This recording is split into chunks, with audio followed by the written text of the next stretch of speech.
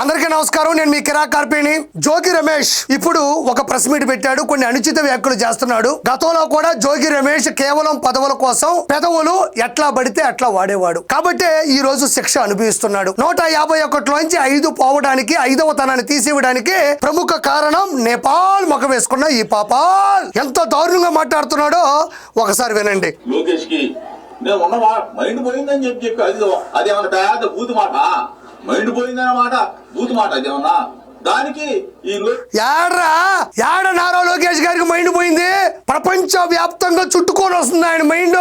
Google map లో మీరు ఆంధ్రానే లేకుండా చేస్తే గూగుల్ డేటా సెంటర్ తీసుకొని వచ్చినాడు. యాడపోయింది మైండ్. ఈ రోజు లక్షల కోట్ల రూపాయల పెట్టుబడులతో అమరావతి వైపుకు ప్రపంచ వ్యాప్తంగా అడుగులేస్తుంది. యాడపోయింది బ్రెయిన్. ఈయన నిజం చెప్తున్నాడంట. అబ్బా ఈయన చూడండి అయ్యా, పాపం నిజం చెప్పి చెప్పి చెప్పి చెప్పి మొహం అంతా అట్టగట్టుకుపోయింది.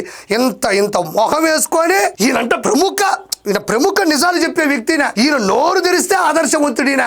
మొత్తం విజయవాడ సరౌండింగ్ అంతా కూడా బ్లేడ్ బ్యాచ్, గంజాయి బ్యాచ్, రౌడీలు, గోండాలు. ఇంత అవసరమా? పిల్ల చేస్తలు అనుకుమా పిల్ల ఈయన చెప్తున్నాడు ఆ విజయవాడ మొత్తం అంతా గంజాయి బ్యాచ్ అంట. ఇంకేమని చెప్పినాడు, ఏదో మొత్తం లేపేసేవాళ్ళంట, చంపేసేవాళ్ళంట. ఈయన రోజు ఒక డ్రోన్ పెట్టుకుంటాడు, ఇంట్లో కూర్చుంటాడు, ఈ దబ్బడ మొహం వేసుకొని ఇట్టు పెట్టుకొని చూస్తుంటాడు. విజయవాడకి లెఫ్ట్ వెళ్ళమ్మా, అక్కడ గంజాయి ఉంది, ఈడ ఎంజాయ్ చేస్తున్నారు, నరికేస్తున్నారు, ఈడ చంపేస్తున్నారు. నువ్వు గడప దాటి బయటకు వచ్చే ధైర్యం లేదు. మీ జగన్మోహన్ రెడ్డి యలహంక ప్యాలెస్ లో దాక్కుంటాడు, నువ్వేమో ఇంత కుంభాలు దాగి దబ్బడ మొహం వేసుకొని నువ్వు డ్రోన్ పెట్టుకొని స్పై చేస్తున్నావయ్యా. విజయవాడ మొత్తం అంటే పాపం ఇబ్బంది పడిపోతుందంట. పాపం అల్లాడిపోతున్నాడమ్మా. ఇతని గురించి మర్చిపోయిన ఒక మాట చెప్పాలి మీకు. నవ్వించేవాడు యోగి, నవ్వేవాడు భోగి, నవ్వని వాడు రోగి, నకిలీ మద్యం తయారు చేసేవాడు జోగి.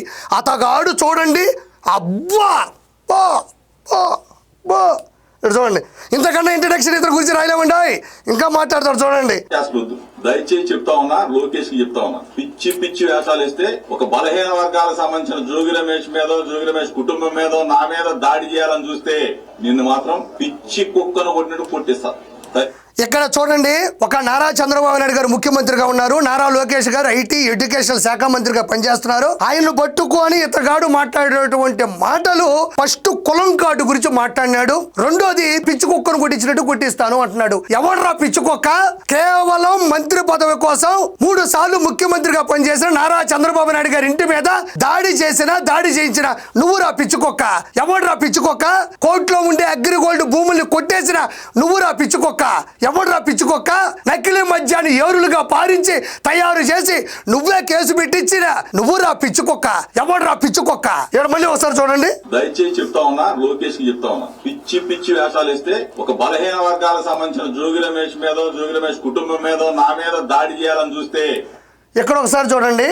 ఇతగాడి నిజాలు మళ్ళీ చూద్దాం. గతంలో ఈ రోజు బడుగు బలహీన వర్గాల మీద అనే పదం వాడాడు. నేను బీసీ క్యాండిడేట్ ని, నా మీద మీరు దాడి చేస్తారా? నా లాంటి వాడి మీద దాడి చేస్తే మా కులాన్ని అవమానించినట్టు అని అమాయకంగా మాటలు చెప్తున్నాడు. 2019 నుంచి 2024 మధ్యన ఒక విషయంలో అమర్నాథ్ గౌడ్ అనే పిల్లాడు వాళ్ళ అక్కని ర్యాగింగ్ చేస్తే మా అక్క జోలికి రావద్దని ప్రాధేయపడితే ఆ కుర్రాన్ని కిరోసిన్ పోసి నిర్దాక్షిణ్యంగా చంపేశారు.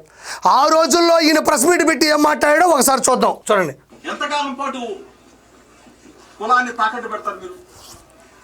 కుల సంఘాలుగా వచ్చిన మీ పెద్దలను కూడా అడుగుతా ఉన్నా, ఇక్కడ స్థానిక శాసనసభ్యులు అడుగుతా ఉన్నా, కులాలు కూడి పెడతాయా? మన కులం మనం కాపాడుకుందాం, కానీ కులాన్ని రెచ్చగొట్టి చూడండి. ఆ రోజుల్లో బీసీ బిడ్డ అమర్నాథ్ గౌడ్ని నిలువున కాల్ చేస్తే ఆ రోజు పెట్టేటువంటి ప్రెస్ మీట్. ఈ రోజు ఏమంటున్నాడు?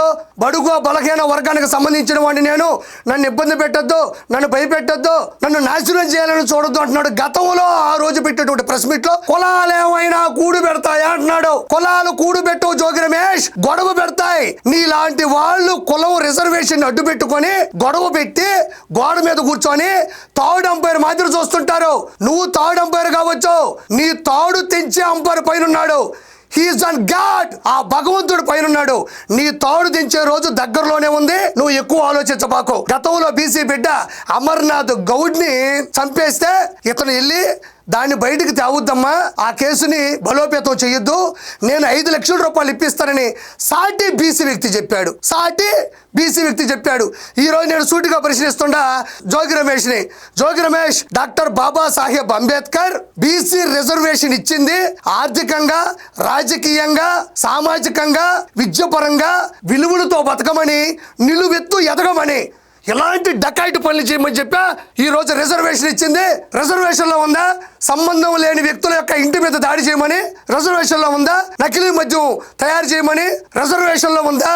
ప్రభుత్వ భూములు ఎత్తేయమని చెప్పి తప్పు చేసేటప్పుడు, దాచుకునేటప్పుడు, ఎత్తుకెళ్ళేటప్పుడు బందోబస్తు, బలగం, బరిసెలు అన్నీ ఉంటాయి. దొరికిపోయిన తర్వాత మాత్రం ఇవేముండవు.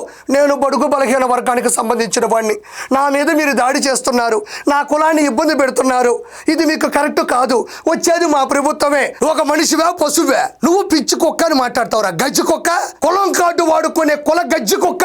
నువ్వు నారా లోకేష్ గారిని పట్టుకుని ఎంత మాట మాట్లాడుతున్నావు నువ్వు? ఈ రోజు వరకు అతను శాంతంగా ఉన్నాడు కాబట్టి, భిక్ష పెట్టాడు కాబట్టి, ఆ భిక్ష నీ శిక్షను పక్కకు పెట్టింది. నిన్ను రక్షించే నాదుడు ఇంకెవడో లేడు. ఇంకేం మాట్లాడతారు అసలు వినండి. పక్షంలో కొట్టేస్తాం ఏమనుకున్నారు? ఊరుకుంటాం అనుకున్నారా? బలహీన వర్గాలు బీసీలు అంటే మీకేమన్నా అడ్డగోలుగా కనపడతా ఉన్నావా? ఇది మొత్తానికి జోగి రమేష్ మాట్లాడినటువంటి తీరు, ఇతగాడు మామూలు వాడు కాదు, ఇతడు శిక్షకి అర్హుడు. ఖచ్చితంగా రానున్న రోజుల్లో జోగి రమేష్ లోపలికి వెళ్తాడు, అందులో నో డౌట్. ఇతను అంటే నోరు మంచిదైతే ఊరు మంచిది అవుతుంది. వీళ్ళ నోరు చండాలంగా ఉంటది కాబట్టి ఈ రోజు ఏ ఊరిలో కూడా వీళ్ళకి అభిమానులు లేరు అని మనస్ఫూర్తిగా తెలియజేసుకుంటే నేను మీకు రాకార్పేని. Please subscribe to Leo news for more videos.